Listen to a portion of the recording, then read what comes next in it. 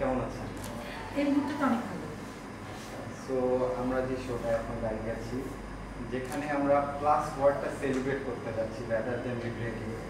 So আপনার এই প্ল্যাটফর্মে এসে অ্যাজ এ জাজ, because it's very different from all the other sectors, আপনার কেমন লাগছে?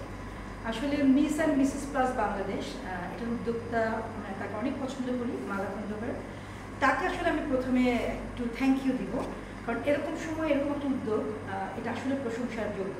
এবং এখানে এসে অনেক ভালো লাগছে, কারণ সবাই এত সম্মান করছে, সবার অ্যাক্টিভিটিস এত সুন্দর এবং দেখছি মুগ্ধ হচ্ছি।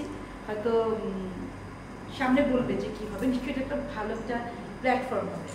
এবং এখানে যারা এসছে তারা অনেক আন্তরিকভাবে এসছে। আমি আসার সময় দেখলাম অনেক ভিড়, নিচে বসে আছে সিঁড়ির মধ্যে। এই যে মানুষের আন্তরিকতা এবং এই যে মানুষের একটা ভালো কাজ করার যে একটা প্রবণতা, এরকম একটা প্ল্যাটফর্ম পেলেই তো আসলে মানুষ তার উদ্যোগ তার যোগ্যতা দেখাতে পারে। অনেক হয়তো বলে যে আমি তো যোগ্য, আমার প্ল্যাটফর্মের কী দরকার, কিন্তু যোগ্য মানুষ যদি প্ল্যাটফর্ম না পায় তাহলে তো আসলে তার ক্যালিবারটা সে দেখাতে পারবে না দর্শককে।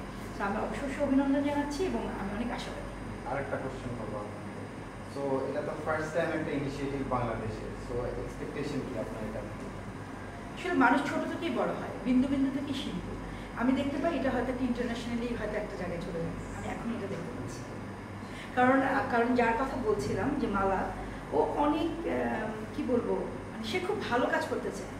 মানে তার ভেতরে একটা যে আমি পারবো, আমি করব, মানে সবাই যেন তাকে চেনে, মানে ভালো কাজ দিয়ে। মানে যার ভিতরে কাজের এই ব্যাপারটা থাকে, পরিশ্রমী যে কাজের প্রতি এত যত্নবান, ভালোবাসা দিয়ে যে কাজ করে যে মানুষটি, তাকে অবশ্যই করে ফেরাবেন। Thank you.